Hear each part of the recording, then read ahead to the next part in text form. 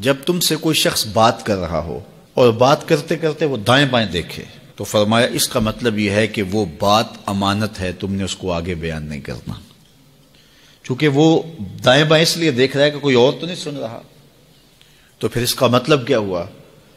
یعنی اگر کوئی بندہ روٹین سے بات کر رہا ہے تو لہجے میں آہستہ ہو جاتا ہے، تو پھر بھی یہ اس بات کا اشارہ ہے کہ وہ اس بات کو راز رکھنا چاہ رہا ہے۔ دیواروں کو بھی کان ہوتے ہیں تو وہ ذرا آہستہ بول رہا ہے، اور وہ بات کرنے سے قبل دائیں بائیں دیکھتا ہے کہ کوئی اور تو نہیں سن رہا، تو وہ آپ سے کر رہا ہے، تو اس نے یہ آپ کو کہا نہیں کہ یہ راز ہے۔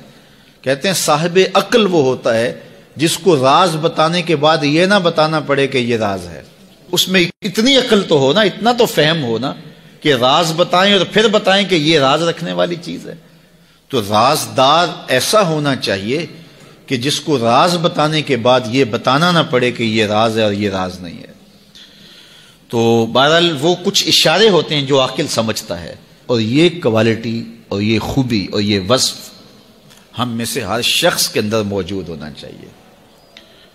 اگر کوئی راز کی بات کرتا ہے تو پھر اس کے اعتماد پہ ہمیں پورا اترنا چاہیے، وہ راز راز ہی رہے۔ اور بندہ کہتا ہے کہ میں یہ راز کسی اپنے رازدان کو بتاؤں گا، تو پھر اس کے بھی تو اپنے رازدان ہوتے ہیں نا۔ وہ کیا کسی نے کہا تھا، بلیا یاراں نو راز نہ دسیں، یاراں دے بھی یار ہوندے نے۔ تو پھر یاروں کے بھی آگے یار ہوتے ہیں، پھر ان کے بھی آگے پھر راز تو ہوتا ہی نہیں ہے، پھر تو وہ پھیلتا چلا جاتا ہے۔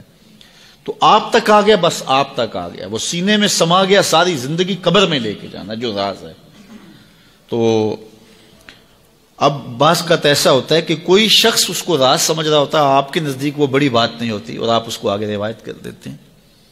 تو جب اس نے آپ کو راز کے طور پہ کہا ہے، وہ بڑی بات نہیں بھی تھی، لیکن آپ اس کو راز رکھیں گے تو یہ بڑی بات ہوگی کہ اس نے راز سمجھا اور وہ بڑی بات نہیں تھی، لیکن آپ نے اس راز کو راز ہی رہنے دیا اور ساری زندگی اس راز کو جو ہے وہ فاش نہیں کیا ہے، تو یہ ایک بڑی بات تھی۔